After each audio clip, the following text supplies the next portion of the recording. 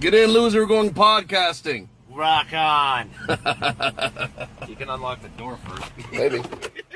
Warning. Pregnant women, the elderly, and children under 16 should avoid prolonged exposure to Dirt Diggler. Dirt Diggler may suddenly accelerate to dangerous speeds. Dirt Diggler has high gluten content and is not kosher, halal, or vegan safe. Do not ingest Dirt Diggler, as Dirt Diggler is for external use only. Discontinue listening to Dirt Diggler if any of the following occurs: itching, vertigo, dizziness, discoloration of urine, tingling in extremities, loss of balance or coordination, slurred speech, temporary blindness, profuse sweating, heart palpitations, increased use of profanity. If listening to Dirt Diggler gives you an erection lasting longer than 4 hours, you're welcome. Listening to Dirt Diggler may lead to unplanned pregnancies. If Dirt Diggler begins to smoke, get away immediately. Seek shelter and cover head. Dirt Diggler may stick to certain types of skin. When not in use, Dirt Diggler should be returned to a special container and kept under refrigeration. The ingredients of Dirt Diggler include, but are not limited to, a glowing substance which fell to the earth, presumably from outer space, and bad memories. Do not taunt Dirt Diggler. Dirt Diggler does not come with a lifetime guarantee. Dirt Diggler. Enjoy the show. Extra heat.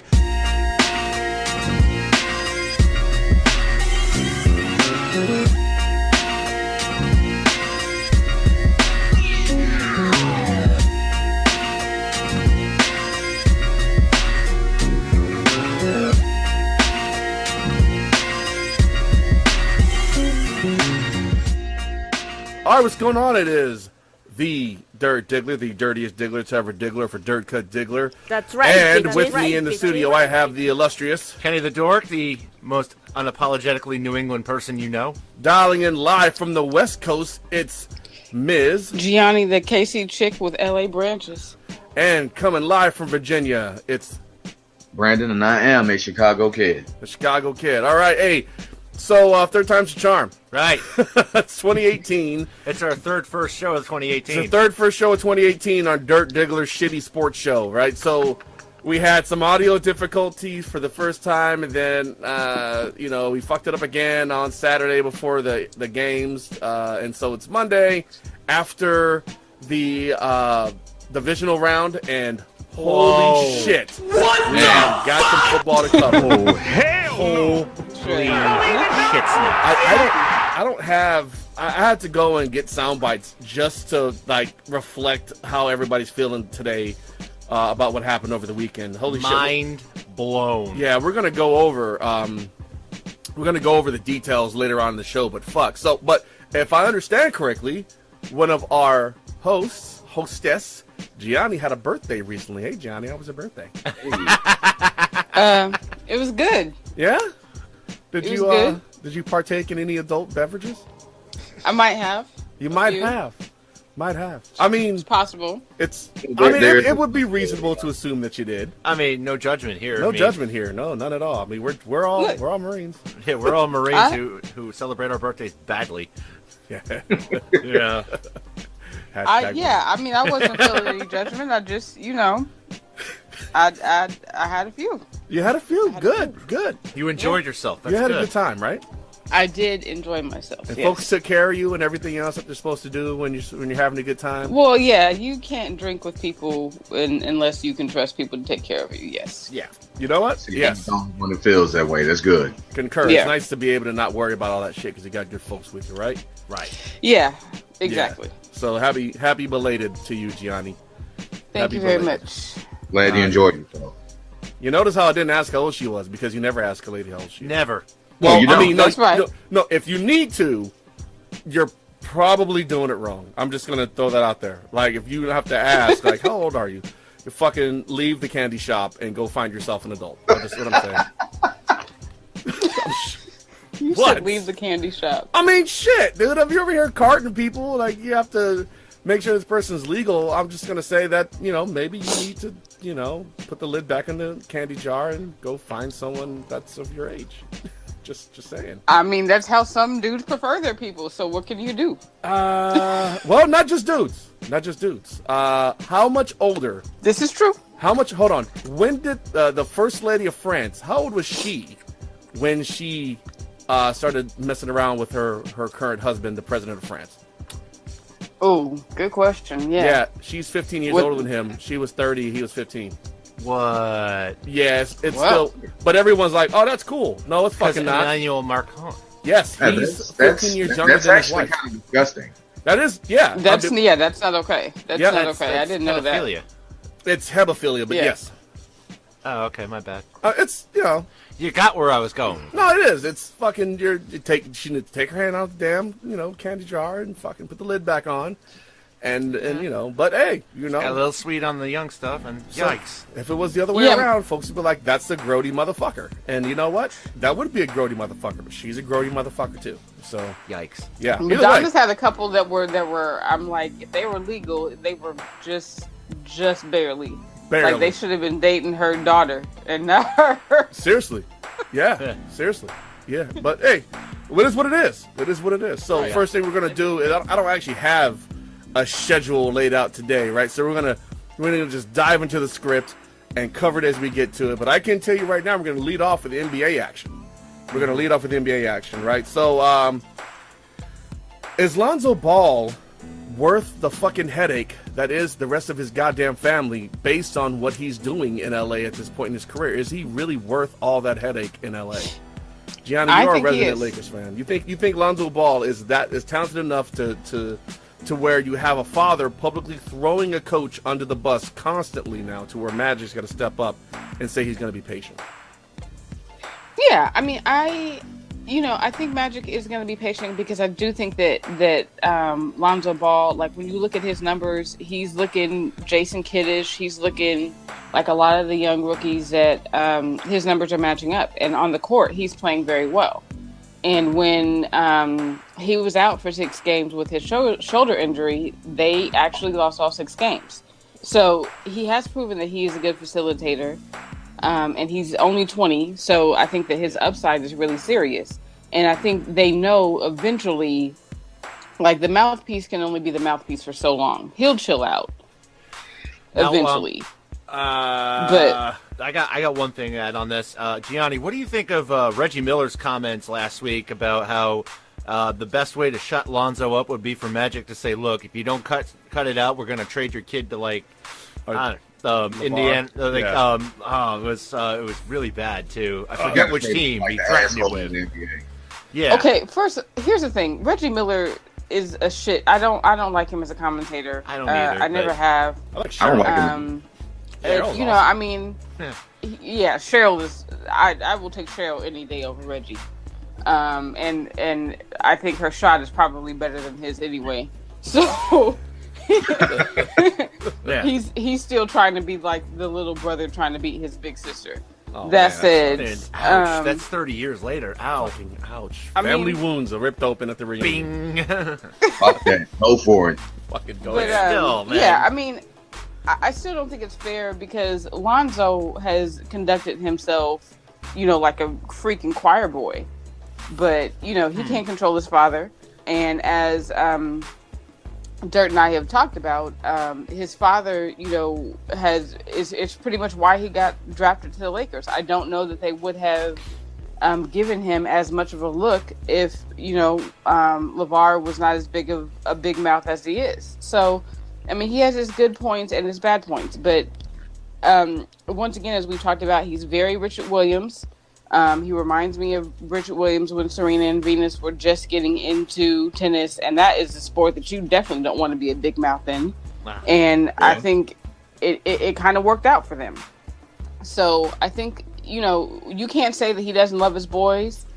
I mean, whether it might be misguided at points, but he is there for his kids, and he is doing what he thinks is best. And if he is able to blow up this whole farm system with the NCAA that we all agree that these kids should be getting paid for, I'm for it. And I think that you take the good with the bad. But I think Lonzo's going to be, in 5 years, we're going to be talking about him as being an all-star. Like, I definitely think he's got that upside. And especially with Kyle Kuzma, they're going to be serious. We'll see. I mean, yeah, it's potential there. At the same time, I mean, you got to think of LA's a circus anyway. Yeah. Yes. And you have, LeVar, who we already knew was kind of going to be an issue for the franchises, right? Because he's so vocal, and because ESPN can't help themselves in covering him. I mean, it's it's nonsensical at this point to continue to grant him the amount of access that he's been given, because he's not really doing anything but stirring up discontent. I honestly think, I mean, him taking his boys to Lithuania to play ball, all right, cool. I'm not mad at that. Fucking go ahead, get your hustle on, dude. But you're like the worst sports dad right now. You have a team sport, which your son is playing and being paid handsomely to play. He's got a coach that the ownership has hired to coach him for success, and no one needs you constantly tearing down the coach. I mean, we can look at Lonzo and go, oh, where he hasn't said anything, but that's the problem. He hasn't said anything, right? So with his silence is consent. His father is speaking for him. If I'm on that team, he may not say it, try to keep his hands clean, but his father is saying it without, with no repercussions. So as far as I'm concerned, if I'm a teammate of his, I'm gonna get real tired of his dad shit, and I'm gonna say that if he's about this team, you would tell your dad to shut the fuck up, or you publicly go against what he said. You wouldn't talk around it. You would straight say, "Hey, look, Luke's my coach, and we're gonna make this damn thing happen." But you wouldn't just sit there and go, "Well, my dad has his opinion." No, fucking say that. Just either you support your coach or you don't. You know. I will say this though, Robert Ory and Rick Fox and Shaq and them would not be going for this. if this was you the need 2000 strong Lakers, personalities in that clubhouse. It's a young team. Oh yeah, At the same time, they would have whooped his ass already. At the same time, though, I mean, you're talking about Shaq and Robert Ory. Those are fucking Hall of Famers, man. I mean, Robert Ory's got how many rings? 5, 6, some crazy shit like that. No, Big I think shot. he's got more than 6. 7? Does he have 7? No, I think he may have 7 because he won 2 with the Rockets. If I'm not mistaken, he won 3 with the Lakers. He won 3 with the Lakers. I think he won 2 with the Spurs. Yep, 7. Damn. You might be right. Yeah, Big 2 with Shot the Rockets, Bob 3 with the Lakers. Oh, cheap shot Rob, huh? Big shot Bob, yeah. Cheap shot Rob. Depends on where you stand on that. When he put Steve Nash to the fucking scoring table, Or when he just had a ball bounce to him out beyond the arc. Yeah. Well, I mean, dude, he's good for one super duper clutch 3 to put a dagger in you. But I mean, those types of players. That dagger goes deep. Yeah, look, I'm telling you, that He had era, a few of those though. That era had a different rule set, a different play style, and a different far. media press. Could you imagine if Dennis Rodman had a fucking Twitter when he was playing? Oh, God. Oh my God. Like, could you imagine Dennis Rodman on Instagram? Could you imagine young Shaq on fucking Facebook? Yeah. I mean, fuck, man. It's a whole different atmosphere for these kids. A different rule set. Steph Curry couldn't really be something like what he is now with the physical nature of the game back then. I mean, they were getting beat to shit. They would beat shit out of you. So someone like Steph is suited for this era now. But 10 years ago, no. I don't think so. 20 years from now, hell no. 10 years ago, hell no. I would just love to have seen the Warriors against the bad boy Pistons. God. Under what rule set? Right, this rule set or that rule set? That rule set. Okay, in that rule set, yes. The bad boys will win strictly because they would physically pummel the Warriors. However, that bad boys team is ill-suited for today's rule set. Yeah. Which is what the Warriors are built to exploit. They're built to exploit today's rule set. I mean, that's the problem with generational, when you have those great teams. Yeah. You really can't compare them unless you are able to fully articulate what the context was at the time. What was it like at the time, See, and I kind of don't know how to judge that one because, it's like if today's Warriors were playing back in the 80s, they'd still be shooting the ball at an outlandish rate.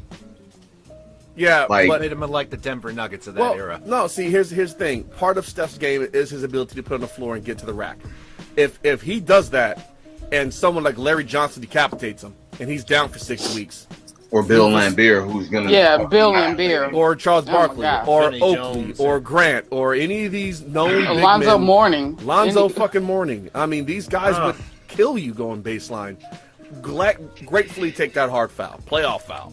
I mean, Steph Curry would have to gain at least 20, 30 pounds to even think about it. Right, because Steph Curry's not an athletic specimen. He's a little dude who can shoot. Who's smooth, but he's not overly fast or quick. He's crafty. He creates space for himself with his dribble. Yep. But he's not a physically dominant guy. Right. And you know what's funny about Steph Curry? And I've noticed it every time I've watched him play. He does the same dribble move. Yeah, it's still hard And to defend. catches everybody with it. Like it's just like Allen Iverson with his crossover. Do you remember Del Curry? You remember watching Del Curry play? Yeah. 6-man for the Charlotte Hornets. Del Curry's claim to fame was the fact that from the floor to shooting took like no time at all.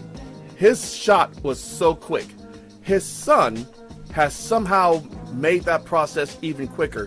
What makes why that dribble gets people is because he can take it from the floor and shoot in such a quick fashion that you have to play him close because you give him any space. He doesn't have to come off a pick and post. You know, he doesn't have to spot up and shoot. He's not a spot shooter. Klay Thompson's a spot shooter. Yeah. He comes off. He comes off the dribble with you right in front of him, backs up a tiny bit, makes you hesitate, and he pulls it up. You're right. It is similar to Iverson's crossover in that there's so many things he does and that you have to defend against that it's impossible to defend against everything. Steph has to miss the shot for you to be successful. You know it's coming. You just can't do shit about it. You can't do shit about it. What are you going to do? It's like the Kobe fucking turnaround jumper. What are you going to do? Yeah. What are you going to do? Jordan, you you watch the shit go in. You fucking put your hand up. That and that's mid-range jumper. That mid-range Or jumper. Gordon Hayward's freak injury. What are you going to do? Yeah, what are you going to do? All right. So before we get too far off base here, let's slide over. And we had a game in London between the Sixers and the Celtics, of which the Sixers players are saying that one of the rims was actually crooked. Yeah. Yeah. So actually, the Celtics were also everyone. Yeah. So we had busted equipment. It's still in the books. They're not going to take that game off the books. Oh, but, of course not. But it was a 40-point swing in that game. We had the Sixers had a 20-point lead, and then the Celtics took a 20-point lead and promptly won the game. And it was. Yeah, I wasn't really watching the game. I kind of came home from work on Tuesday. I was like, oh, right? Yeah. I guess they're playing. And I looked at it like, oh, the Sixers got a 20-point lead. That's pretty cool. I wonder what's going on with the Celtics. And then I checked like a half an hour later. I'm like, oh, the Celtics have a 10-point lead. What the fuck? Okay, I guess that's what I refresh it. It's a 20-point lead. It's like, I'm like, oh, well, shit. You know, it's the number one team in the East. Yeah. You know, I expect that kind of resiliency from them, so I can't be too mad at my Sixers. And to be fair, the Celtics were coming off of a 5-night stretch of not playing after having put in more games than everybody else in the NBA. Yeah. They kind of asked the league for that gap between, their last to make game. up for the time, yeah. Yeah. It was 4 hours away from where they were. I understand that. I didn't request it. I'm just saying this is the rationale they submitted. Just fucking one game in 10 days, though. I agree. Like, come on. That's a huge layoff, man. The Celtics really. Yeah, but like they also had like 6 more games played than everybody else before that. So. I feel you. No, I feel you. I mean, if you can do it, that's smart. So they got the rest. They'll be back in action tomorrow night. They looked good in London, and they're enjoying that extended break, and they're excited about the fact that Gordon Hayward's walking without a boot. Yeah. That's crazy to me, man. Well, I mean, it's not. If you're serious about your rehab, which he is, it's been 3 months. He's going to be out of the boot. The bone is healed. Now he's got to strengthen the muscles and all the tendons and ligaments around it. You've got to thicken the bone, right? Because athletes tend to have heavier bones anyway due to the physical nature of what they do. Of course, you don't compare a basketball player's bone structure to a football player's. Football is much more contact oriented, so your bones are going to be heavier. But actually, all right. So, you guys ever do that body fat calculation where you grab the handles and it uses electricity? All right. Well, there's a setting on that to where you have to, if you're an athlete, you have to put it on the athlete because the thickness of your bones will throw off the math for the machine, and it has to account for the fact that as an athlete, your bones are just heavier. Right. Than your They never person. did do that for me. They just did it like It's the regular, like that. Seriously. It's new shit, man. Yeah. But It's like, I mean, it makes sense now, but old school technology. They compare. I'm like, I do like 100 squat, like. Shit. I'm doing squats. Like, what the hell? You know what? It's in the Marine Corps they tape your neck and your waist, and it's it's your neck to your waist, and your height is involved in that, right? Since I'm a 6-footer, I want to say the golden number was like anything under 20. Right? It was like 20 with 20 inches, difference between your waist and your neck wound up being 18% body fat. Which gets you all right, so you and I were always running up against that. So when I had a 23.5-inch neck, You were so lucky. Playing football, I was just cruising on in there like, yeah, go ahead and tape me. Tape the fatty. And me, I'm just sweating because I got that chicken there. It's what it is, man. I'm fucking. Yeah. No, and the reason I say that is because like they don't account for different body types. Like they don't. I just go ahead and put it out there. Like I'm black with huge thighs and fucking long ass arms, right? So like I can scratch my knee standing up straight. Nice. So like they never do account for different body types in the Marine Corps, and that's what makes it like.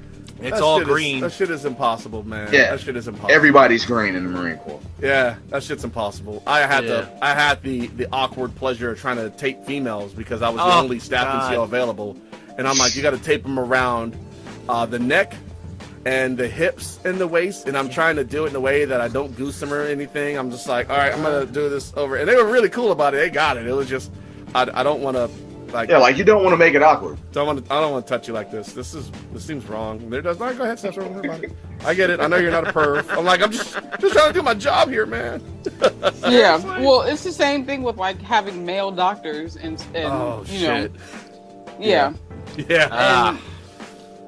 And, it's the same thing, and then everybody tries to make it not awkward, but it's awkward anyway. Is. Wow. So our battalion surgeon in Okinawa for a few years was an incredibly attractive woman, and I swear to God, Kenny's looking at me right now because Kenny was there for this one. She was good looking. She was. She's a good looking lady. But you got to go in for your final physical when you get out. Yeah. And they check everything. I mean everything. Prostate. Yep. So folks are going in there talking shit like, yeah, but hey, she's gonna check your testicles. She's going to check everything. She's going to check your prostate. You're not going to dinner afterward. So, yeah. I didn't even have a phone back then, so it's like, I don't even have a phone number to give you. I guess my number's on my file. Call me? No. How do I contact you after this? I don't know. Are we going? Are we a thing now? I mean. At least we didn't make eye contact. Jeez. But I remember the conversations, man. You had guys that were like honestly terrified of going in there and getting their physicals done by her. And then you had guys that were like looking forward to it, but deep down inside, they were fucking terrified of going in there and having this woman do their physicals and shit. It's very male-oriented. Anything to get off of the Celtics, huh? Look. But pretty much, that's what it sounds like. Look, man. It's what it is. No, the Celtics, number one team in the East. The Cavaliers are falling the fuck apart. Yeah. The Sixers are an up-and-coming team. Fucking the Bulls. What's going on with the Bulls? Trash. Nothing. All right, cool. Shit. We got Zach LaVine. And he looked decent in his first game in the Bulls uniform, but again, like this is just one of those situations where they had to find the right pieces, and I think that he may be a pretty good piece, but they still got to put some players around him. But outside of that, trash. So when are y'all gonna finally return Jalen Rose's knees to him? Since I'm pretty sure he left them back there. You mean Derrick Rose? Derrick Rose, yeah. Sorry, Jalen's old. Derrick Rose. When are you gonna return his knees to him? That's a long time. Well, as far as Derrick Rose, you know what? I think that. Fuck it, I'm gonna just go ahead and say it, man. Like he took way too much time out. And he psyched himself out of coming back and playing at that same high level he was at before. You been through surgery before, Brandon? No, I can't say that I have. It's fucking terrible. I bet it is. It's fucking terrible. If I could not go through surgery again, I would totally not go through surgery again. Oh my God. Oh shit, man. Yeah, surgery sucks. So I understand, getting the yips from being under the knife. That's not those guys who get several back surgeries and shit. I don't know how they do it. I don't know how you return to the game after fucking one. I don't either. Freaking Grant Hill. Jesus. Shit. How many times did he go under the knife? It's no telling, but when he got to Phoenix, it's like Phoenix had the best medical staff in all of the NBA. Yeah, they kept them going for a minute, right? Yeah. No, they kept them put together. Penny Hardaway. Yeah, the Bears need to hire. The Bears need to hire Phoenix medical staff. Greg Odom. Well, he never became anything. Because he was never healthy. He literally was No, never he healthy. wasn't. He was never healthy. This motherfucker had microfracture surgery on his knee, and then blew it out again or fucked it up playing pickup basketball or some shit. Like he was. He has a full season and a half of actual NBA game action over at what it's officially a 10-year career. Yeah, I mean that's wild. But, Yao Ming too. Yao Ming, but he already had several seasons in China. Yeah. So- And it didn't This help is that true. Greg Yeah. Oden looked like he was 30 years old when he was like 19. Yeah. Also, Yao Ming, Well, big men can't have nobody feet look problems. old. Nobody can look old like Sean Kemp. Sean Kemp was No. 20 and he looked like he was 40. Well, when you got 30 fucking kids, man, that wears down on you. Yeah, that's Ask that's Antonio unbelievable Cromartie. stress. Fuck, I want to see Antonio Cromartie and Sean Kemp do a movie together called Father's Day, Oh. Wow. where they gotta locate their kids to receive their Father's Oh Day my gift God. and remember their Wow. full names. Jesus. So now we need to wash the taste out of our mouth and go on to the Australian Open here. Johnny, take it. Yes. Kenny can't take no more. I can't take some more. That was gold. Please don't beat me. That was gold. Okay, All right. so, well, Go the ahead. Australian Open, at least if you're an American fan, is really not going to make you feel any better. It's pretty much Because- over, isn't it, for us? I mean, for at least on the women's side, Venus is out, Sloane Stevens is out, Coco Vandeweghe. They all went out last night. First damn day of the tournament. And two of the top 3 American seeds are out too, aren't in the men's side. Yeah, Isner's out, and somebody else just lost. But Sock. so, yeah, Jack Sock, yes. So, the draw is pretty much open for Madison Keys. She plays later on today. The thing with Madison Keys, speaking of surgery, she's had a few different surgeries on her wrist. She's finally healthy. So now she just has to believe she can win. The draw is open for her. There's no reason that she can't. She's got the talent. There's no reason she can't take advantage of it. So it's pretty much up to her. She's the great American hope now, huh? Pretty much. And then on the men's side, as you mentioned, the top 2 American seeds are out. This poor child that played Rafa last night, that poor baby. I don't even like. I'm Poor not little sure how thing. long they were actually on the court, but Rafa, when Rafa is like in Rafa form, you can pretty much fucking forget about it. So you can pencil Roger and Rafa Could in. you, Rafa, Hey, you can forget cancel about Christmas. it? Huh? You can cancel Rafa Christmas. get about it. Rafa get. All right. So unless Novak Djokovic, can get himself together, which he's not been in championship form in a couple of years, I don't see anybody keeping at least one, if not both of them, from getting to the finals. So. Yeah, I think that Roger Federer went to like Switzerland and like slayed a unicorn and drank the juice or some shit because somehow he's playing like he was in 08. God, I again. just hope he isn't on the TB12 method. Ugh. Yeah. Yeah, I hope not. All right. Yeah. So But let's. him and Tom Brady seem to have done something. Oh my fuck. Tom Brady has benefited from years of NFL protection, but as of recently, they Yes. haven't been protecting him as much. He's been getting the shit beat out of him. But he's not a runner, so he actually doesn't really like take like Wentz levels amount of punishment because Yeah. few quarterbacks do take Wentz. Well, level I mean, amounts of and then punishment. not only that, he's focused his career in the latter stages on being, quote unquote, pliable. Yeah, it's actually flexibility is extremely important in sports because that's what the inflexibility is what causes the injuries. Most of my injuries that I've gotten are limb injuries, and they're from inflexibility, whether it be a growth, a bony growth somewhere blocking something from moving properly, or just the fact that I'm not flexible at all ever. But when I was flexible-ish, it cut down on the amount of owies and how long it took for them to recover. So he's right to focus on flexibility. He's smart to do that. And if you look at the Simeon Rice back in the day, remember him? He used to do he used to do like Cirque du Soleil type shit for workouts, and he gave him a lot of natural strength and flexibility. And of course, playing next to Warren Sapp benefits you greatly. But as a result, he had a pretty fruitful career. He's got his ring and the whole thing. So Tom Brady's right to be flexible. Now, does he need that quack to help him be flexible? No. I'll tell you, though, if you're an NFL team hoping to hire one of these hot coordinators, you need to be flexible. Yeah. Oh, my God. Yeah. So NFL coaching carousel. First of all, let's go over the casualties of this year. So the vacancies created at the end of this year were the Bears, who fired John Fox. Peace, John Fox. Fire Fox. The Raiders surprisingly fired Jack Del Rio. The Lions fired coaching unit JC 9-7. Nice. Because Jim Colwell's a robot. He's a robot. Well, we always knew about as our little insider gave us the know-how on, Ben McAdoo's out in New York, obviously. Yeah, totally. Bruce Arians retired in Arizona. Did? Yeah. Yeah, and just last night, or actually today, the news broke that Mike Mularkey, that's a great name, by the way. Mularkey! Yeah. And the Titans mutually parted ways.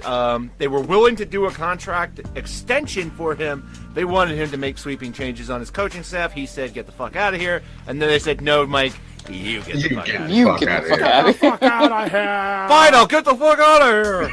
And then, obviously, Indy fired Chuck Pagano. About time. Yeah, where we stand now with the vacancies that have been filled. The Bears hired Matt Nagy. How do you feel about that, Brandon?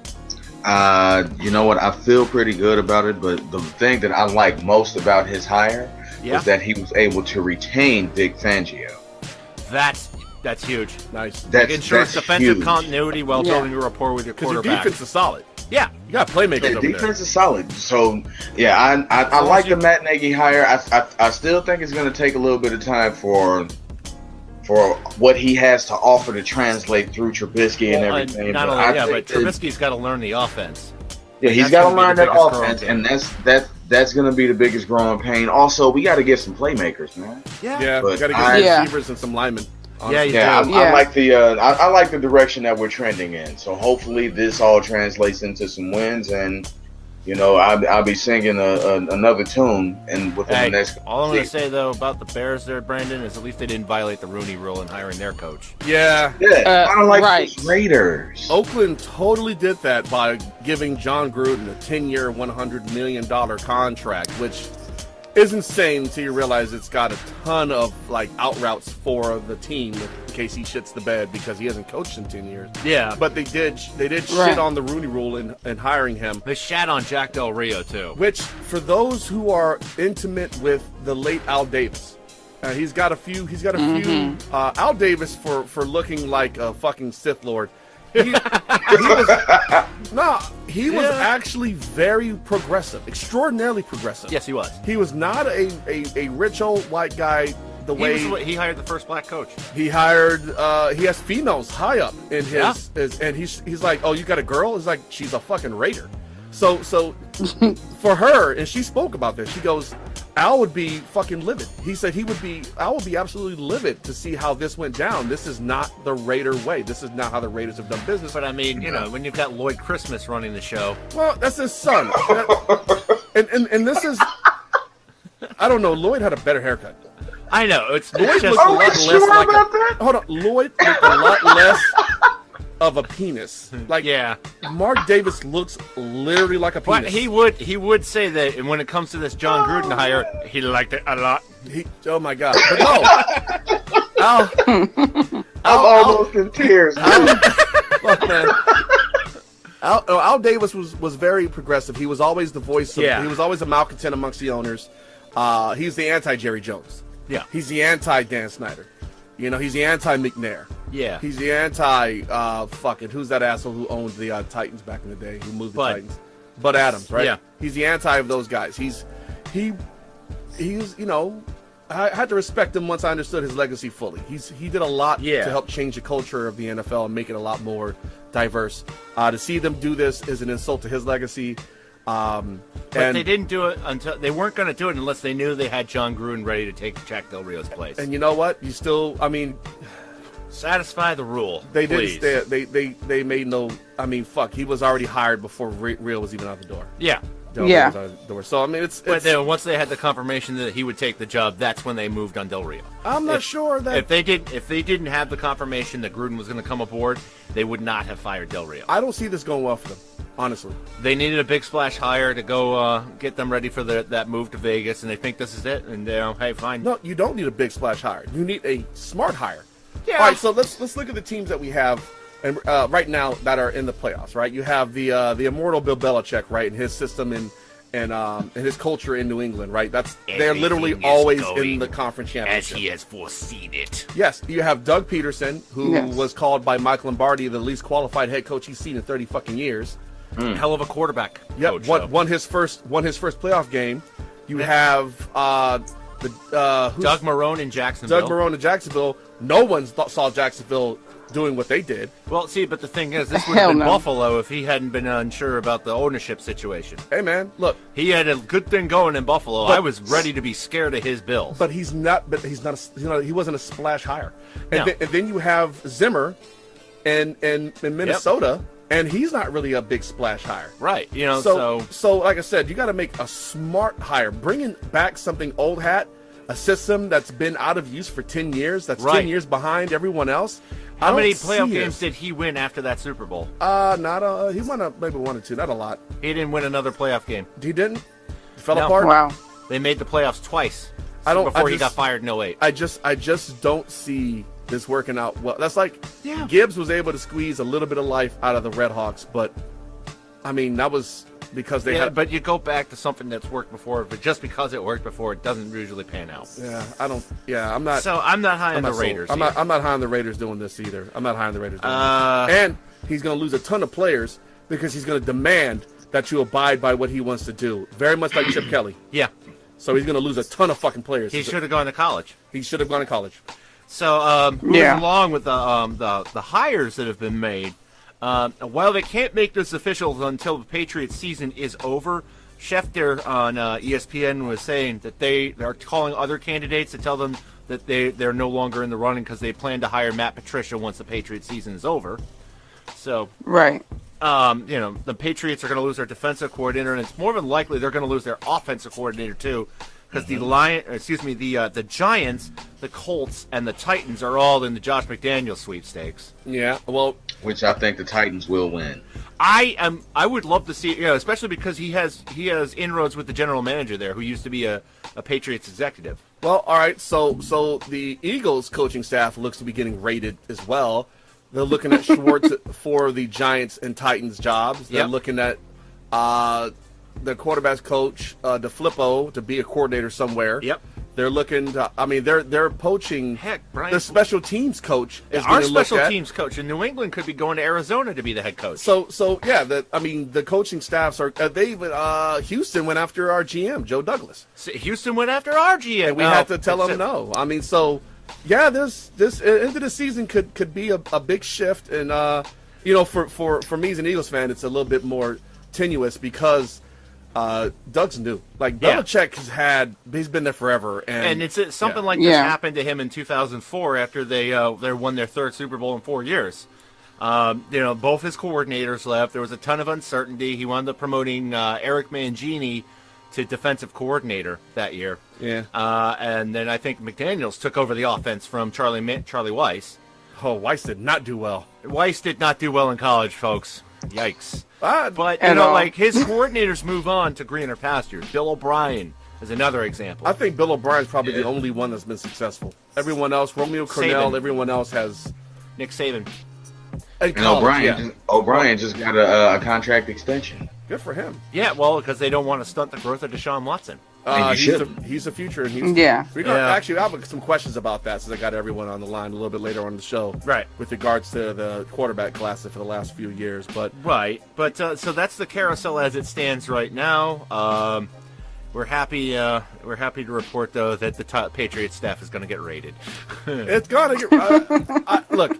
You're happy, too. Y'all, well, actually, you know what? Your team can survive that. It's survived it over and over again. I'm not certain about the Eagles. Yeah. I mean, you need a Jim Schwartz to go with Doug Peterson. Because Doug Peterson is an aggressive play caller. He is a risk taker.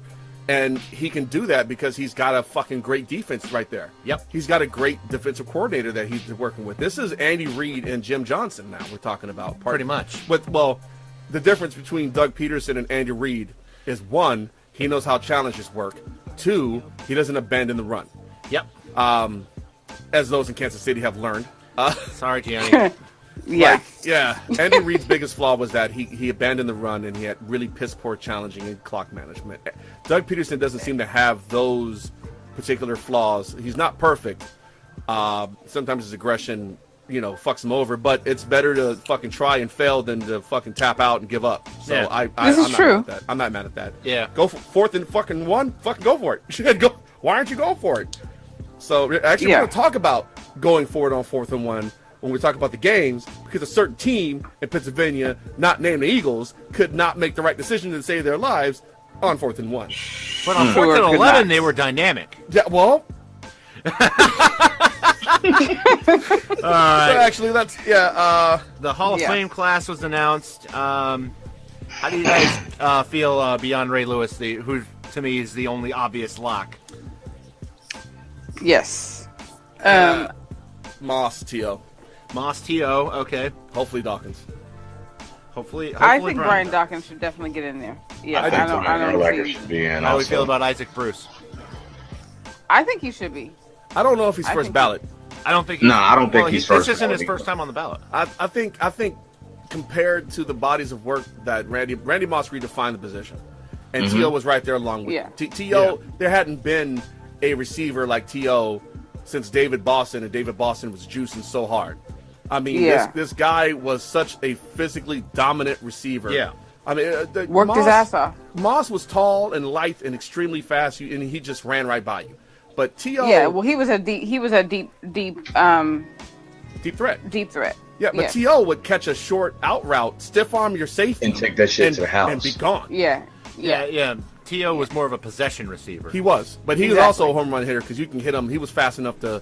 He wasn't as fast as Moss, but He could the dude break was- away, though. He was still mind-blowingly fast. Yeah, So- but once he got the ball, he was 90% of the time it was gone. It was over. It's hard to bring him down. Yeah. It's hard to bring down. It was hard to bring down T.O. So I'd say and, those and are the. he was a big. They were both big game players as well. They were. So they got up for those games, but unfortunately, neither one of them got over the hump. But I mean, as you said, when you look at their bodies of work, the only reason I think that we all talked about that T.O. is not in now is because he pissed off the media. Yeah, Right. But- a lot. Fuck So the how do we media. feel? How do we feel about Brian Urlacher? I think he. I think he should. I think that he should be a lock, man. I really should do. be a lock. And that's think as a he'll- biased Bears fan and just as a fan of the game. Okay. Yeah, I feel like he should be in. I don't know, just by virtue of the grades that we have in this class. I don't know if he's going to get in this ballot. Right. But I definitely think he should be in. Yeah. I think he's a Hall of Famer. I'm not sure he's a first ballot. I don't hold him in the same regard I hold Ray Lewis as a player. No. Ray Lewis played a very long time, and he constantly redefined himself. Urlacher was a monster, but He was. he didn't end people's careers the way Ray Lewis did. Ray Lewis was a soul eater. He was a soul leader. Ray Yeah. I mean, Urlacher was going to get there. He was going to make the sound tackle. He was great in coverage. He was a great player. Player. He was consistent. Yeah. Consistent. I think Great. that the best analogy for the two of them is that with Ray Lewis, you knew he was going to put your dick in the dirt. Yeah. Whereas Brian Urlacher, he played more so the psychological side of the game. Like, in my opinion, he is the prototype middle linebacker. He's prototypical for this. He would be successful in this era to where a young Ray Lewis, wouldn't be. All right, so before people jump on me, that's what I mean. Young Ray Lewis was a thumper. He was an old school middle linebacker because that's what the game called for at the time. You had fullbacks to deal with.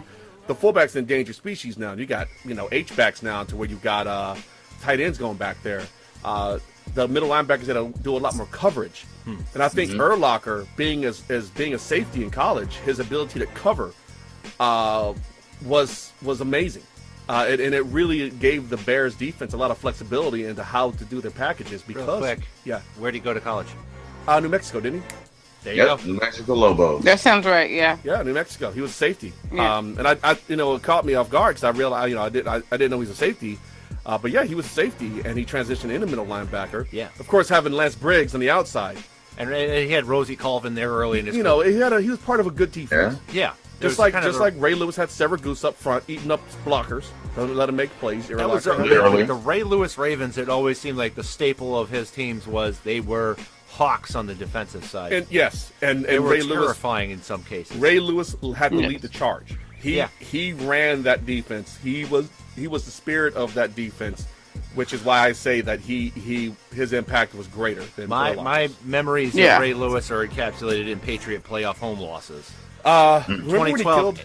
Yeah, 2012 when the AFC title game when he killed Stephen Ridley. Remember when he killed Eddie George? Oh God, yes. Yeah. Man, they had some battles, man. Yeah, and then after it was all said and done, only one guy was left standing after all that time. Yeah. Well, the effect that hit on Stephen Ridley in the AFC title game had, it's like the Patriot receivers were afraid to complete their routes. He made that man do a James Brown split. Yeah. Yeah, he did. You're right. It was just, it completely changed the psychology of that game. Well, that's part of the thing is you have these players like Ed Reed and Brian Dawkins and and you have fucking Ray Lewis.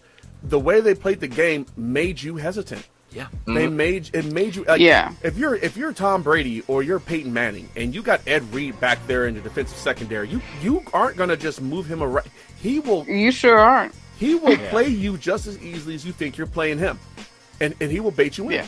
He was great at bait that. the shit out of it. He would own Brady early on. He owned Peyton Manning for years. Yeah. Yes, he did. So the mental aspect of the game can never be overlooked. Yep. Can never be overlooked. I don't know if I agree with John Lynch getting in on this ballot as a player, but as an executive, already. Yeah, he's been great. Yeah, I mean the Trubisky draft pick theft and the Jimmy Garoppolo trade, put him in the Hall of Fame. Look. Can you really accuse someone of theft if they give you their wallet full of money before you even ask for it? Here, empty it, please. Like, seriously, that's what the Bears did. The Bears were like, we want the number 2 pick, and they were like, hold on, let me check in the back. And they went and checked. And Let me talk to my manager. We talked to my manager about that. Oh wait, I'm the manager. Hold on. Yeah. And because the Bears thought that they weren't going to trade, the Bears threw more into the deal on their own without being asked. So when they said when they said we're gonna give you this and this 4th rounder, when the Niners were like, well, shit, yeah. So this wasn't some great coup pulled off by Lynch. He simply didn't fuck it up, which is all you can be asked to do. I mean, it's just, fuck it up. but I mean, like maybe he's mastered the Jedi mind trick. Who knows? Look. Take it. Is very, very few teams going to give. You want to give me an extra 4th rounder? You know what? I'm going to give you an extra 4th rounder just because. I don't. You want to give me Jimmy Garoppolo? You know what? I don't need Jimmy Garoppolo. Here you go, man. You want to give me a transcendent running back in the 1st round? Oh my God, dude! I don't know, but Lynch is doing well as a GM. He hasn't screwed up. He made some good picks. I think he'll eventually get in the Hall of Fame. I just don't think it's going to be this year. Yeah, I don't. If he does, it's strictly because of the ring he won at Tampa. Yeah. Everson Walls. No. Ty Law. Nah. No. Post-Patriot career was not that impressive. I'll give it that. Yeah. Tony Boselli. No. Nah. Joe Jacoby, the anchor of the Hogs. Nah. No. Kevin Mawai. Nah. Yeah, actually. Okay, Steve Hutchinson. Fuck. That's a tough one. That might be like his last year on the ballot. He'll get in, but I don't think he's going to get in right away. I don't think he's the first ballot. Faneca. Phoenicia. Yeah. Bye, Phoenicia. Bye, Phoenicia. No, yeah. And that rounds it out. Oh, wait, Edgerrin James. No. Okay. No. But we think right. top 5 running disagree. backs. No one says Edgerrin James. Gianni disagrees, but we say nay. No, go ahead, Gianni. What's your case? Well, I will say that his post Colts run was not very good, but I think that his work with the Colts should get him in, just not this ballot. But I just don't see him as a transcendent runner. I don't look at him the way I look at LaDainian Tomlinson, and the way I look at Eric Dickerson. I don't see him as being any of those unicorn runners that we're accustomed to saying automatically they're Hall of Famers. You know, Right. He's gonna have to wait. His body of work is solid. Yeah, I just don't think I definitely he's don't fringe. think this ballot. Yeah, I think that he might. yeah. It might be a couple more ballots, but I do think eventually he should be in. I mean, when you look at who's in there, I mean, who does he compare to them? Yeah. I mean, so I don't know. All right, so moving on. The mullets. The mullets. So we did the beards and we did the afros. And our winners. Oh my God, right? And now we're on to the mullets, right? So Kenny and everybody, Gianni, put together this list, and it is fantastic, right? And some of these names you're gonna be like, I remember that guy from the '90s, and you're gonna be like, he still fucking plays. So I'm gonna let Kenny take this one. Go ahead, kick it off, bro. All right, so our mullet bracket. I'm going to start off with our first matchup. Was originally this number 1 overall seed was going to be Larry Bird, and I remember just vehemently disagreeing with that. And I went out and I found a better guy for this role. Maybe y'all remember Dwayne Shintius. He was a center for the Spurs in the pre-David Robinson while he was off fulfilling his Naval Reserve obligation.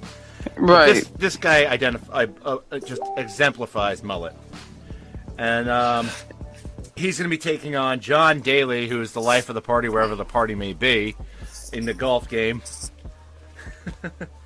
And our next matchup, we have a hockey matchup, 8 versus 9. Patrick Kane. Hold on, breaking news. Oh, wow. Breaking news. Colts expected to hire shit. Josh McDaniels as head coach. The Patriots OC cannot be officially hired until after the New England season ends. Ian report and Tom Pelissero report. So, we know where McDaniels is going. He's going to the Colts. Yes. So that means the Titans, the Giants, and the... Yeah, they're all fucked. well, no, they're going to one of them's going to probably hire Pat Shermer. One of them's going to go after Schwartz. Steve Wilkes might probably get hired in New York. We'll see. But, hey, Brandon, thanks for providing that breaking news. Into the D2S3 newsroom. Yeah, right? Shit, man. We're on fire over here, man. I got the breaking news music and everything. It's just not. It's tight, son. Tight, son. But anyway, back to our mullet bracket. Patrick Kane versus Jaromir Jagr, the oldest dirt ageless wonder who still plays. Still plays. Number 5 seed Anthony Rendon, or as I like to call him, a modern day real life Kenny Powers. And he's going to be taking on the big unit. The big unit, Randy Johnson. Is this Bird vaporizing big unit? Bird vaporizing big Yeah. unit. That fucking Bird said no chance. Yeah. 4 seed Jared Allen. He'll be taking on 80s era Andre Agassi with the metal mullet. I believe he had a Yes. team of hairdressers just 7 to of maintain them. that thing. Just He mullet had to. team. Like during the changeovers, they were probably like just combing out his hair. Yeah. It was I too mean, feathered. How It could- was feathered. It was teased. It was frosted. It was. fuck, man. How do you? I don't think. Yeah, the That thing highlights was like the 7 feet highlights were tall. serious. It was an impressive. The mullet. highlights were serious.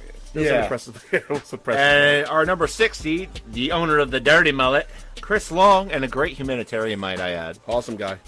He'll be Yeah. taking on Yeah. number 11 seed and Canada hockey analyst extraordinaire Barry Melrose, and probably the only reason I still watch ESPN. I bet his blood smells like maple syrup. Maple It probably syrup. does. But this guy, That or he's been Molson. rocking a mullet since ever. Like, Yeah, fuck yeah, before. Even when he was coach of the Ever. LA Kings. Yeah. Number 3 seed NASCAR's own Jeff Gordon. Jeff Gordon. Jeff Gordon, yeah, yes sir. He'll be taking on old Zebo Josh Donaldson. All right. All right. Our 7 versus 10 matchup is very intriguing in that it is protector or / enforcer versus protectee Wayne Gretzky versus Marty McSorley. The great one versus the goon. I know that Donald Brashear is rooting for the great one. And our last matchup is another iconic matchup: Brian Bosworth and John Kruk. Does the Bosworth mullet come with Bo Jackson's cleat mark on it? Or not? It should. Maybe. Should, right? But you know what I'm really hoping for out of this is that we get a Randy Johnson versus John Kruk final, just so we can get one more brush back like in the '93 All-Star man, game. John Kruk. Oh wow. Mullet. Dude, You know, like when Big Unit threw at Crucky's head and he just sitting there simulating his heart beating out of his chest, like thank God it didn't hit me. You know, I bet John Kruk's mullet smells like Salisbury steak. Like Salisbury steak. Hey, that's pretty greasy. And steak sauce. You have to have the steak sauce. You gotta have the A1. I mean, he's an yeah, A1 guy. it's necessary. Yeah. So that is that our A1 mullet. Worcestershire. That is our mullet bracket, and the links to the polls will be with the description of the show once we post it. Yep. On YouTube and Mixcloud. We're not doing SoundCloud anymore. Fuck SoundCloud. Fuck them.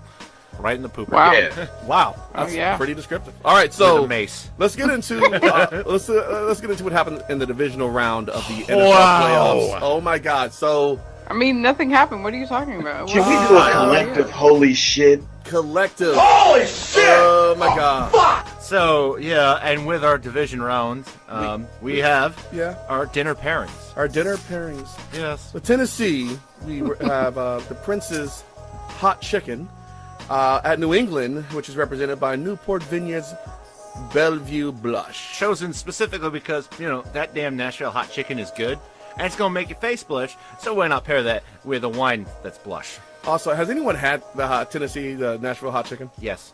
It's brutal. Or not. Yeah. It's brutal. Yeah, you need a napkin to wipe your forehead off.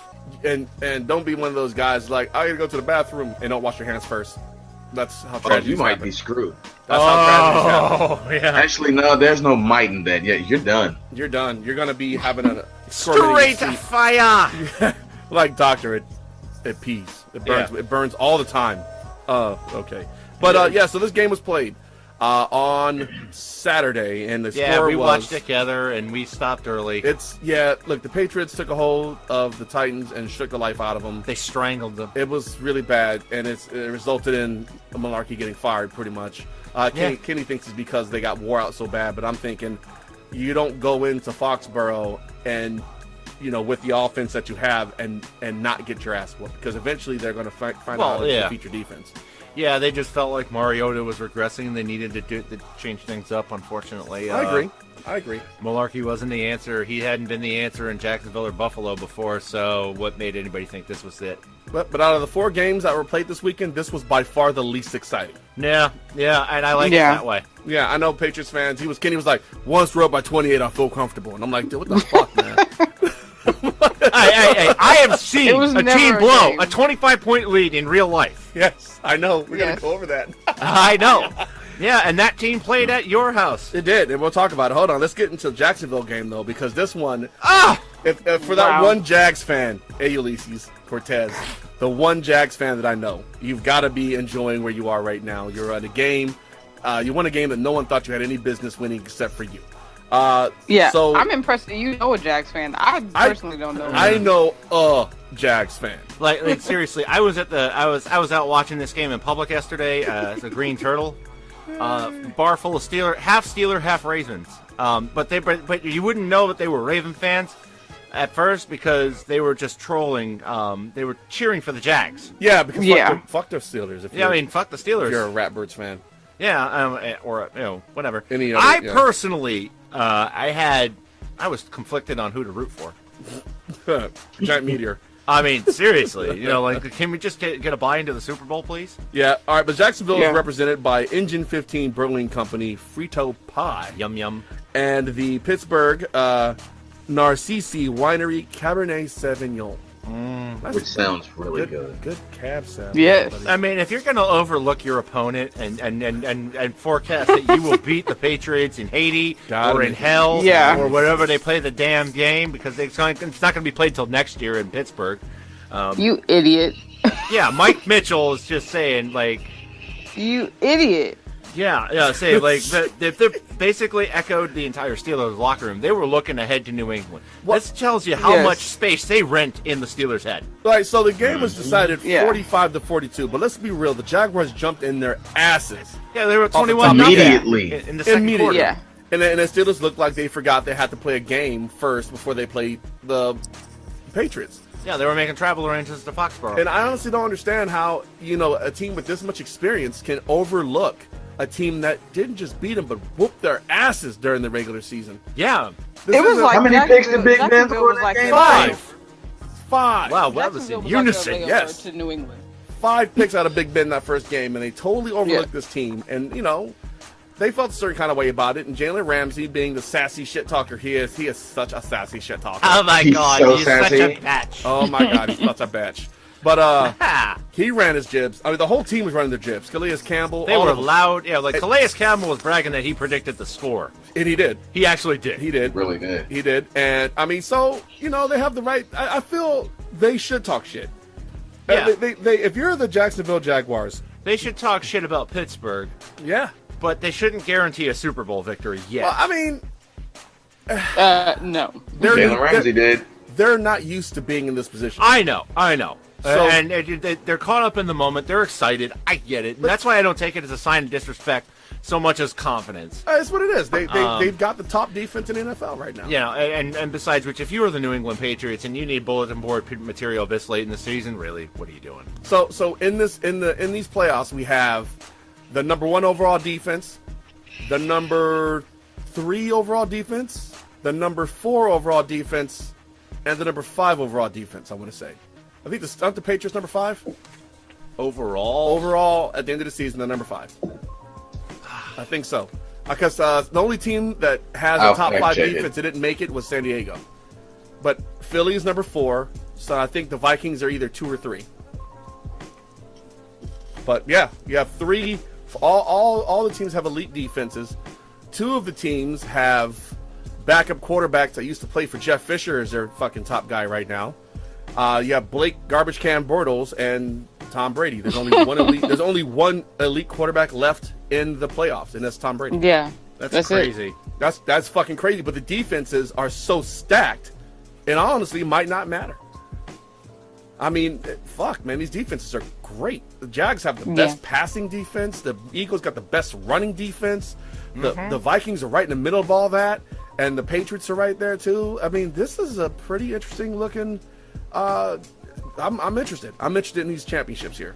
I'm definitely interested as well. I think we both have rooting interests in next Sunday's games. Yeah, of course we do. Yeah. All right, so speaking of Jacksonville, since we did the thing, they are. Shit, we didn't. Did we do it? Yeah, you did. Yeah, the we foods didn't and cover the Eagles. We did, yeah, you skipped. That's why I kept did. trying to It's on the circle bottom back. of the page, man. Damn, it's like right Yeah. here. So Yeah, the first game of the weekend though was Atlanta, which is represented by Ann Snack Bar Ghetto Burger, and a side of cracked American cheese food in a 28.3 gram serving size because you can't choke on that. Yeah, at Philadelphia, which is a Caramore State Sauvignon Blanc, another tasty beverage there. The Eagles took this one 15-10. So let's circle this back around. 15 plus 10 equals 25. The Falcons blew a 25-point lead in the Super Bowl. Illuminati. Illuminati. How many times did we say that Saturday night? Once it was 25-10, I was like, They're 15-10? Yeah. yeah, 15-10. I was like, Well, no. the Falcons blew a 25-point lead. The current combined score is 25. And I remember you getting tense at the last second there, and I was like, dude, Arthur Blank's on the field. You guys got this. Yeah, he totally did that. Yeah. I was like starting to, get. I'm actually pretty Arthur chill throughout Blanks the does not need games. to be doing that again. He will. I'm actually pretty chill throughout the games, right? But yeah, but during that game, toward the end, it was an absolute nail biter. So I'm sitting there and I'm, getting a little worried. And Kenny's like, "Oh, Arthur Blank's on the sideline. Don't worry, man. You guys got this." And I'm like, "You think so?" And he's like, "Yeah, totally, man. He hasn't learned." And it's no shit. As that foot down pass sailed through Julio Jones' hands with 58 seconds left, you were like, holy shit, you're right. The Eagles- No way, huh? The Eagles called that play for them when they broke the huddle. The second they saw the formation, they said he's rolling out to the right. Julio's going to drag across the entire formation. Yeah. And they only defended half the field. They literally jammed up the whole right side of the field for the offense because they knew the fucking play. That is ridiculous. It's great, though. What was it? Malcolm Jenkins saw it, and then we had like 2 or 3 players call out the whole play. So the defensive line slanted that way. It was they jammed them up, and they forced it to Julio, which they knew they were going to do. And Julio couldn't make the play, which is crazy because he's such a great guy, but he's kind of useless in the red zone. Yeah, but I mean, it's hilarious. It's like that you had the defense calling it out. It didn't go the way of the Clay Matthews against the Panthers. That's that wheel route. That's that wheel route. He goes, "Oh, you've been watching tape, huh? All right, watch this." Yeah. All right, Brandon, what you got? Hold on, see here. We got a defensive fact check. Yeah, New England's not even in the top 10. Nope. Yeah, no, New England's in the top 5. All right, so number 1 is Minnesota. Number 2 is Jacksonville. Number 3 was the Chargers. Number 4 is Philly. And number 5 is New England. As I said, Overall all the defense. yes, Okay, I'm looking overall. at No, overall defense. All 4 teams are top 5 defenses going into the conference championships this weekend. Defense wins championship. Defense fucking wins championships. Hey, Brandon. Hey, the Dirt Diggler Shitty Sports Show media room is on it. Man, I'm our, trying, man. our I'm research trying. I'm department working. is on it. Fucking on it, bro. Yeah. On it. Oh man. And then Yeah, there I was got it one for total game. points, total yards, total passing yards, and total rushing yards. So, Yo, Yeah, Brandon, we Jacksonville gotta get you and, up here for the Super Bowl show. Yeah, man. you know what, man? Unfortunately, gentlemen, I won't be here. Ah. Yeah, I'll be. You know what? I can't even say my plans online because I don't know if Mom listens or not. So, Okay. yeah. Nah. Yeah. Well, you know the Saints were making travel plans for Philadelphia Sunday. All right. Hey, Those I didn't gotta work go. out either. Man. All right. So moving on to the New Orleans game in Minnesota. Jesus Christ. All right. So Let's get the dinner pairing out of the way before we talk about wow. this. Yeah. Yeah, 'cause this one, wow. Wow. Yeah. That was so, serious. So New Orleans Central Grocery Muffaletta. That's a great sandwich. At Minnesota, which is a Whitehaven Merlot. All right, so apparently Kenny's been down there before, and he had this sandwich. He's like, I'm going to forego the jambalaya and gumbo, and I'm going to get something truly unique and get this. Well, I mean, muffaletta. but they're like it's got That the- sandwich the better be olive- good to forego jambalaya and gumbo. Yeah, well, I mean, Well. if you're gonna watch a football game and you're gonna scarf down mass quantities, you know, like you're either eating sandwich or eating chicken wings.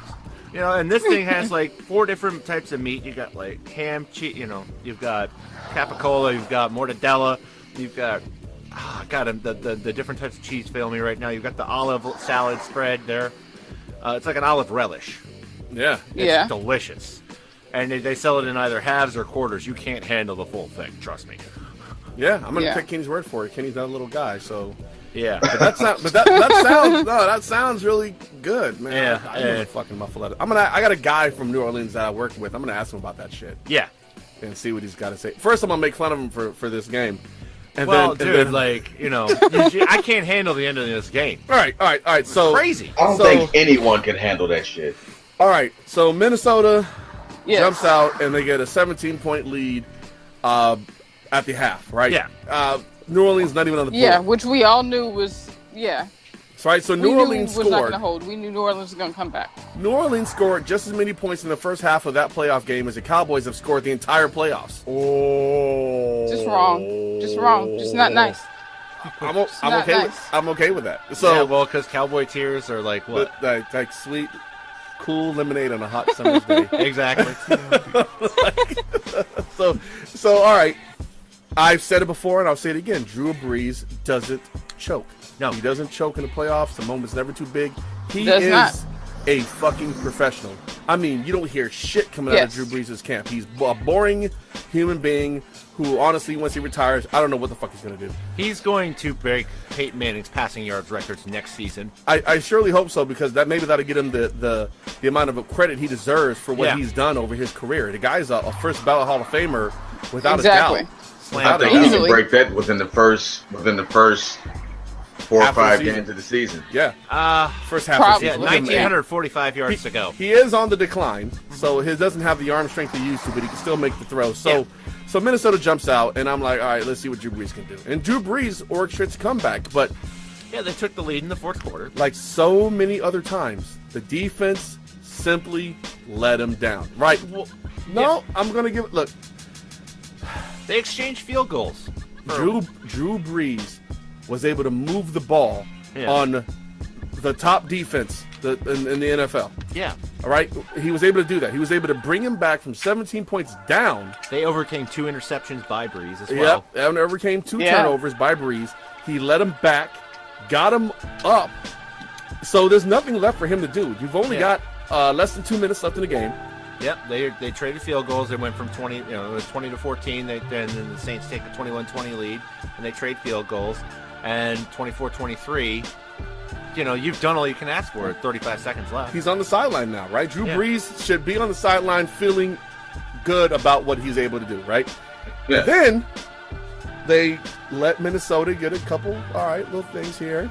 Yeah, And then boom, They throw, what was it, about 15 yard out, and the safety, he uses. Yeah, Marcus Williams. He lowered his head, dipped his shoulder. Recognized that if he followed through with the contact, he would have committed pass interference, so he holds up and ducks underneath Stephon Diggs. Totally whiffs. And then Stephon Diggs lands, realizes there's nobody in front of him as Williams takes out the trail defender. Yep. And Stephon Diggs is gone. It's like, there's no need to get out of bounds. You've got a clear path to the end zone. 61-yard walk-off touchdown. Right. They took a knee on the extra point because they were like, why bother? They had to organize that because the Saints had left the field. Yeah, well, and Vegas was pissed off about that, too. You remember, do you know what the line was for this game? No. 5.5. Nice. If they had kicked the point. Well, fuck Vegas. Yeah. But, no.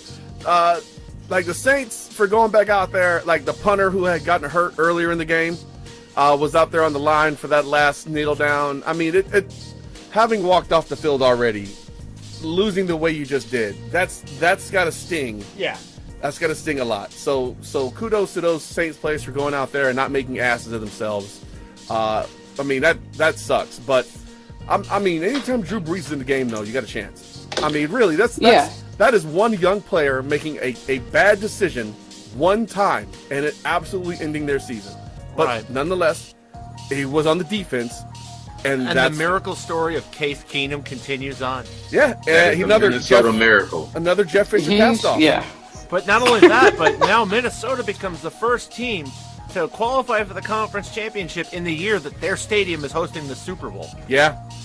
And they're playing in Philly. Yeah. So, it's going to be in Philly. Yep. That's the whole point. So Carson Wentz not able to play in the playoffs because blown ACL, but he did ball out during the regular season, which puts Philadelphia in a position of being the number one seed in the NFC, which gives them home field advantage, which, if you've been paying attention, that Philadelphia defense is ungodly at home. It is real. God. I mean, when we tackle our predictions for the game on Saturday. Oh. Yeah, that Atlanta game, to hold that Atlanta attack to 10 points, which both scores came off of short field due to turnovers. Yeah. Both did. So Atlanta never, not one time, sustained a drive down the field to put up points. Well, the only sustained drive they had ended in an incompletion on fourth down with 58 seconds to go. And it's the one that counted the most. Exactly. I'm telling you, look, that defense, you look at the secondary, you're like, okay, no one really stands out. And then you look at the linebacker core, like, okay, no one really stands out there either. You go, okay, that front four is pretty solid. And then you watch teams get completely stymied in everything that they do. You can't run the fucking ball. You can't run the ball. Their big-name running back, Atlanta, big-name running back had 7 yards and 10 carries. Right, yeah. Devontae Freeman? Done. 7 yards, 10 carries. Sorry, kid. Yeah, they had 3 sacks on Matt Ryan. Yeah, they were all over Matt Ryan. Matt Ryan was uncomfortable the whole game, but, you know, and the Eagles lost the turnover battle and still won the game. Yeah, so that defense is legit at home. I'm just chime in on the Patriots here real quick. It was a dominant, boring effort. Yeah, it was super dominant and boring. Like, you know how you tell me you like to read other teams' comments? I went back and read the Titans fans Reddit. Yeah? Like, seriously, people, the refs didn't sack Marcus Mariota 8 times. The refs didn't cause your team to suck suck as hard as most teams do when they come to New England in the divisional playoff round. Well, I mean, I'm sorry. It wasn't all the refs' fault here. We've gone over this before on the show, right? Does New England benefit from dubious calls at times? Yes. Yes, they do. A few times this season. There's been a few times that the calls have been dubious. I'm not saying outright dirty. I'm not saying that they were dubious. They could have gone either way, and the way they swung was in favor of the Patriots. Cool. Yeah, but at the same time, it's like bad officiating should not be equate to what you blame the loss on. You know, it's a combination of bad officiating and an inferior opponent. Well, the Titans should have honestly been happy to be there at that point. Exactly. They definitely should have. Yeah, the talent and the scheme. You've got to be able to score points against the Patriots. Bottom line, you got to match them. If you don't have an absolutely dominant running attack to keep the offense off the field, then eventually they're going to figure out how you're playing your defense, and they're going to exploit it. That's what the Patriots do. And they were at a disadvantage with DeMarco Murray being on the sideline. Well, not that he's better than Derrick Henry anyway. Yeah, but the two of them together offset each other. Yeah, two of them together. But I mean, they would have to Tennessee would have had to stonewall them offensively and absolutely dominate time of possession. Right. Because the longer that Patriots offense has the ball, the more likely they are to find what your vulnerabilities are and exploit them, a la Super Bowl last year. Yeah, well, and what they needed to do, what Tennessee needed to do, was execute like basically the Giants' game plan from Super Bowl 25. You know, just keep the offense off the field for 2/3 of the game. That's what you got to do. Yeah. That's what you do against your Peyton Mannings, your Drew Breeses. You cannot let Aaron Rodgers, you cannot let these guys back on the field. This is what they do. No. This is what they do. Yep. So I didn't see the Jaguars being able to play that kind of, like, the Jaguars are an intermediate team. They're not an elite team. They're not going to go toe-to-toe with the Pittsburghs and the New Englands and I'm guessing the Jacksonvilles. Well, Tennessee, you mean? Yeah, Tennessee. I'm sorry. You said Jacksonville. I'm sorry. That's why I was confused. No, Tennessee's not one of these elite teams that's going to go toe to toe and get in a slugfest with these guys. They creep up and they beat you if you overlook them, but they're not a team that anyone's shaking in their boots about. No one's worried about Marcus Mariota lighting them up because they're not built for Marcus Mariota to light you up. Well, yeah, like when I saw that Buffalo and Tennessee were the wild cards instead of Baltimore and L.A., I breathed a huge sigh of relief. Yeah, you don't want to deal with Phillip Rivers. I don't want to deal with Joey Bosa and that Charger D. Yeah, I don't want to deal with the Ravens defense. No, Ravens defense comes and shows up, especially against New England. In Foxborough, oh yeah, they've got 2 playoff wins. There's only one other team that has even 1 victory, and that's the Jets. All right, so let's get into the conference championship round, right? So now we have in the NFC, we have the Vikings in Philly playing outdoors, right? Everyone's like, they're not a co-weather team. They play in a fucking dome. Yeah. Right? So for me, any one of these teams coming to Philadelphia is at a disadvantage because they are dome teams. Both New Orleans and Minnesota were dome teams. Right. I wasn't too worried. I knew it was going to be chilly in Philly. And that the defense is... He's a poet and didn't know it. Right.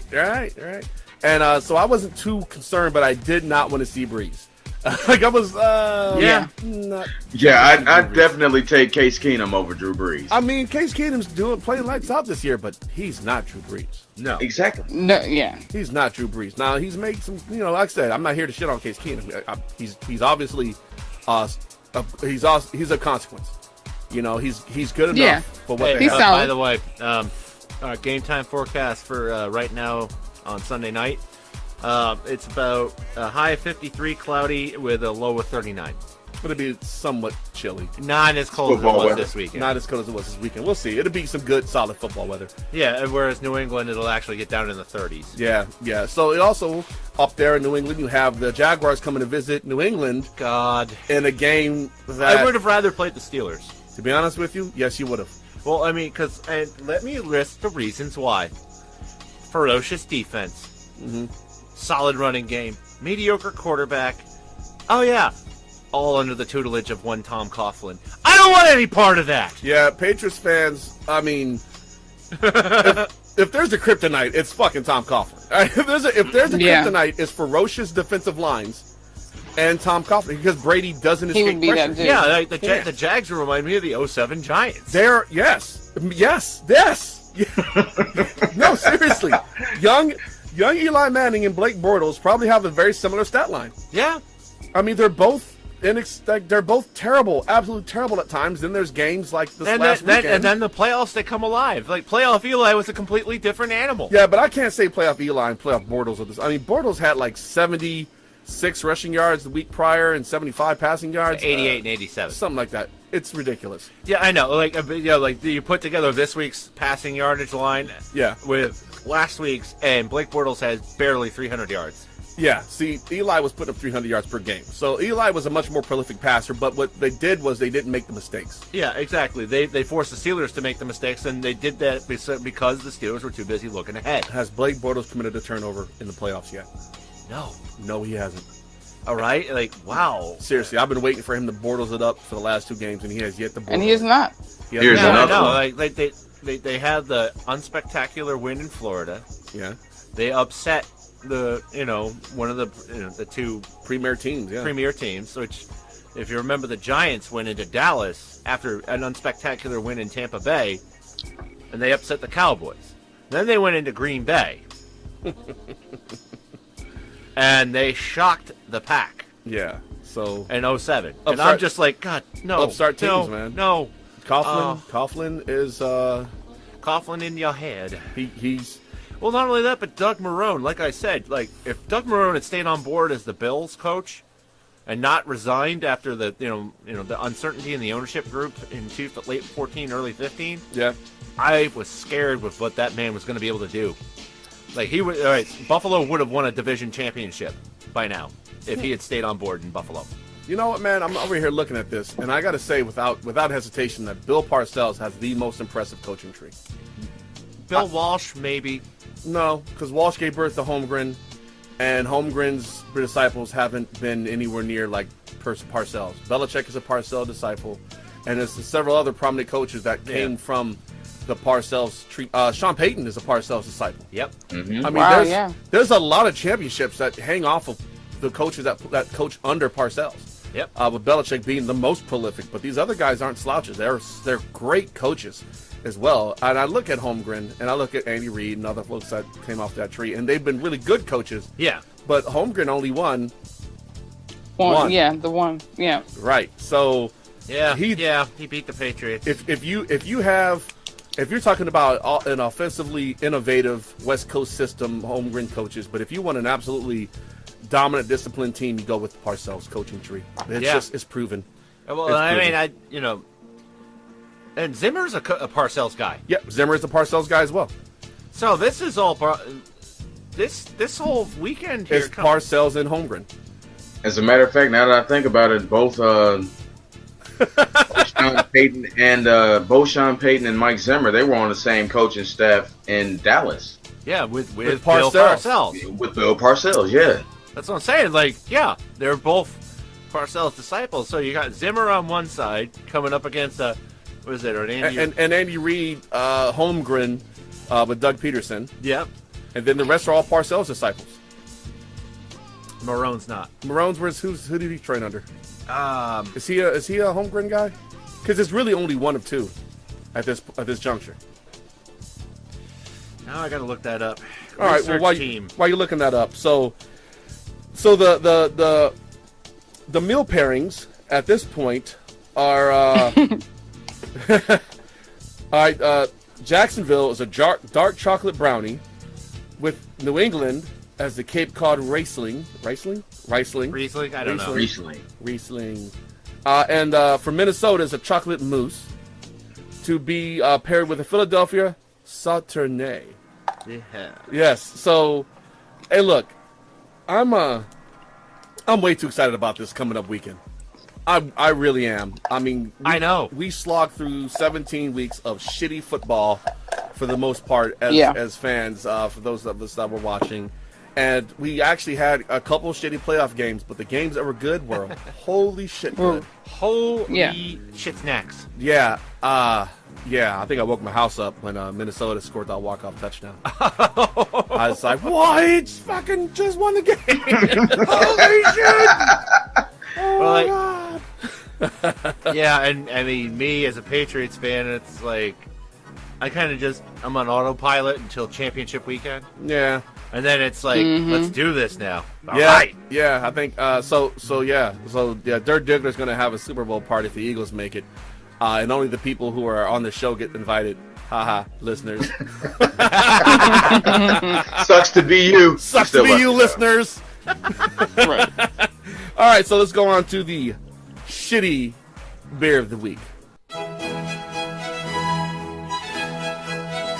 Greetings, I'm Dirk Digley of the Philadelphia Digglers.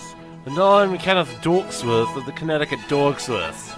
And we are here to give you Dirk Digley's shitty game time beer of the week. Which is today Red Stripe. It's beer! Man. Hooray, beer! Imported lager beer brewed in Jamaica. Hold on. Here's the back. It says, since 1928, Red Stripe has emboldened the spirit, rhythm, and pulse of Jamaica and its people. Brewed and bottled by Deno and Gede Limited, Kingston, Jamaica. It's in Jamaica. Right, so it's 4.7 alcohol by volume, so it's about your average beer. It's pretty smooth. Yeah. All right, let's give it a shot.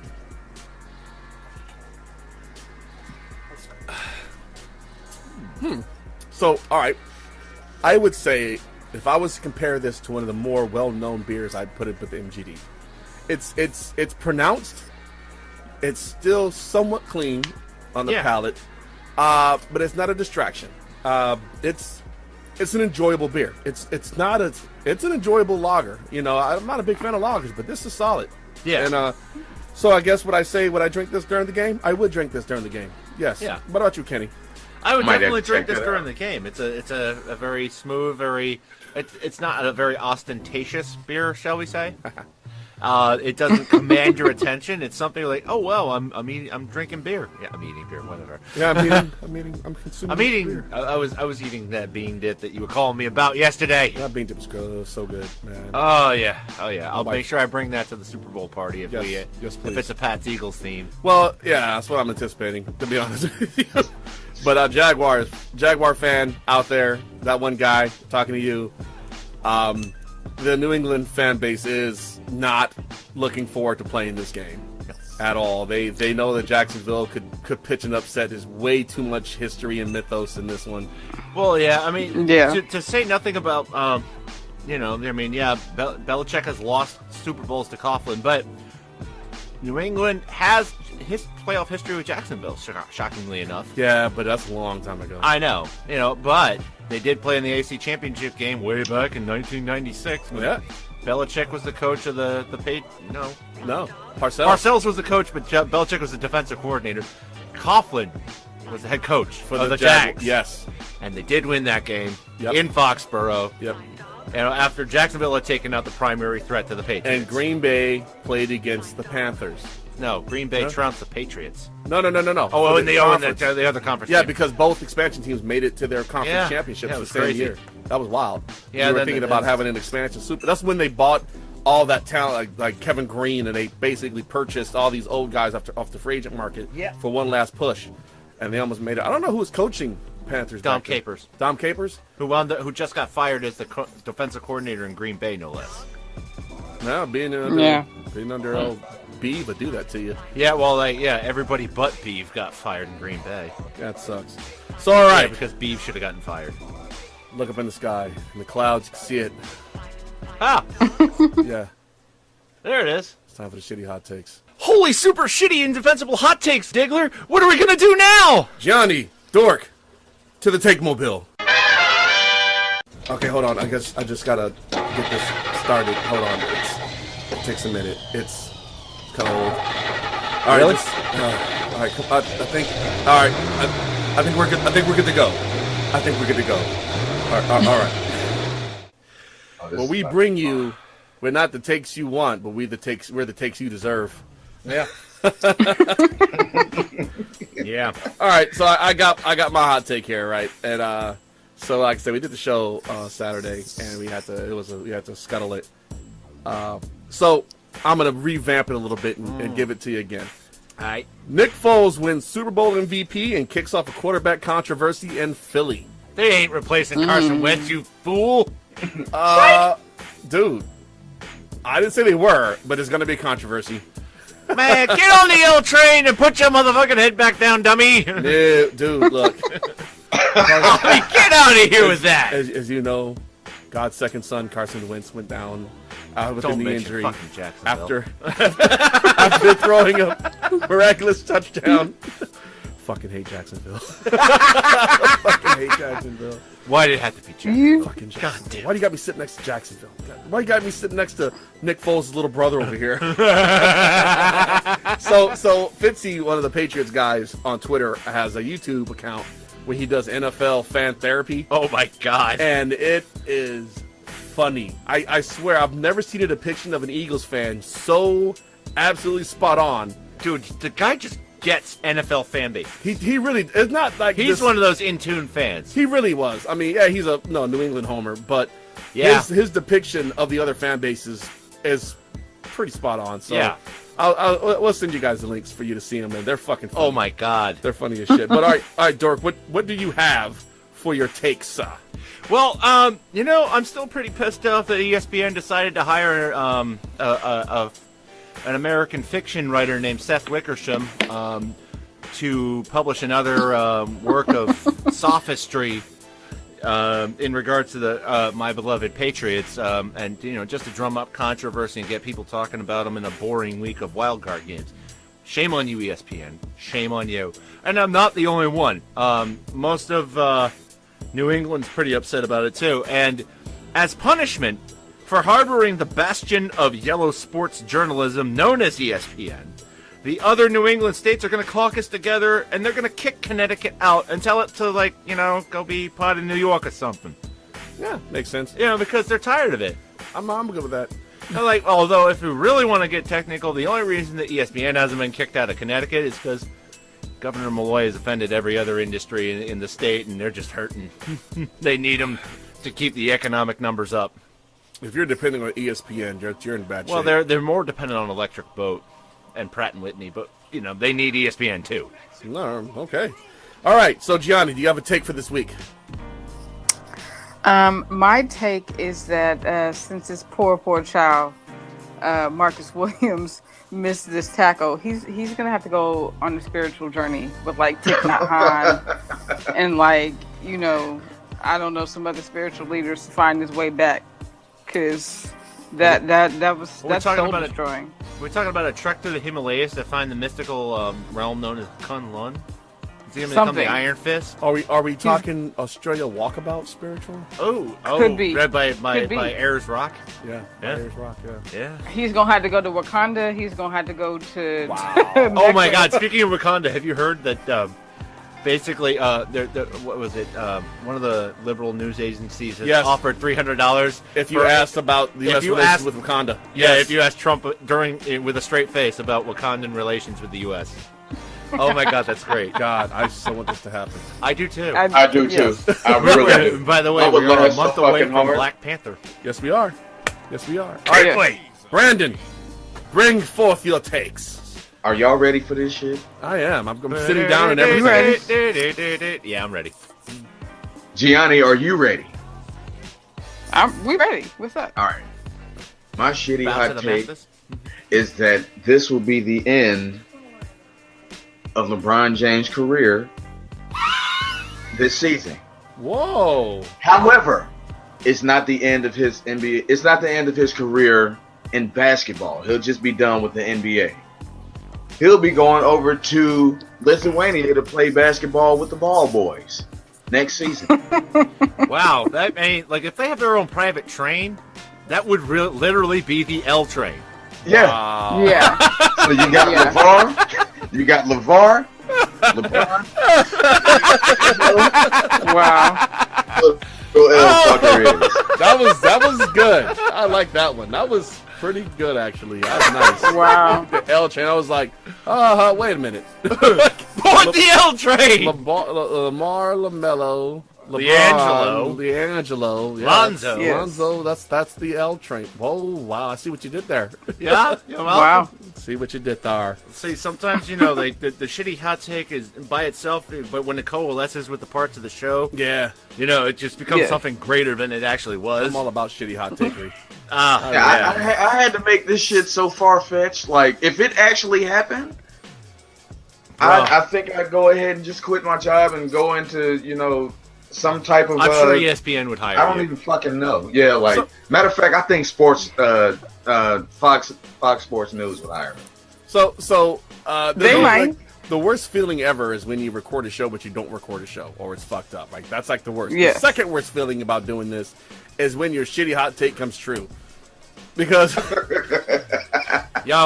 it's such a bad feeling. You're like, so I saw this as totally improbable. However, I failed to freaking take into account X, Y, and Z, which means either A, I'm not creative enough, or B, I'm just not fit for this world because it happened. It's a terrible feeling when your take actually comes, because we've had several that actually panned out. Like, yeah, we have spot on. Like, this is what happened. So yeah, we had to really do some soul searching in our shitty hot takery. Yeah, we did. We were Yes. too accurate. Therefore, it wasn't hot enough. Sixers won. Oh, yeah, you go Sixers. Yay. I think we got some hot shit today, though. Yeah, we did, man. Yes. I'm proud, man. Hey, 2018, third time's a charm. Yeah. All right. Get him, boy! If you're gonna get that Howard Dean, yeah! I'm gonna see if I can find the Dave Chappelle remix of that. We're gonna go to Connecticut and Vermont and New Hampshire and South Carolina and Delaware and all the other states and That was, You got to do it with the finger, though. Yeah. You got to. I was doing it with the finger, man. You just didn't see me. Phrasing. Boom. Phrasing. I was like John Cena. You can't see me. John Cena. So yeah. All right, ladies and gentlemen, grown. listeners, awesome listeners. As usual, you can find us on Dirt Diggler, ShittySportsShow.com. Site is somewhat under construction, so may not have the freshest, hottest information on it, but it's there. It's shitty. You can hit us on YouTube, Dirt Diggler Shitty Sports Show. Go ahead, look us up. We're on Facebook, and we're going to be on Mixcloud as usual.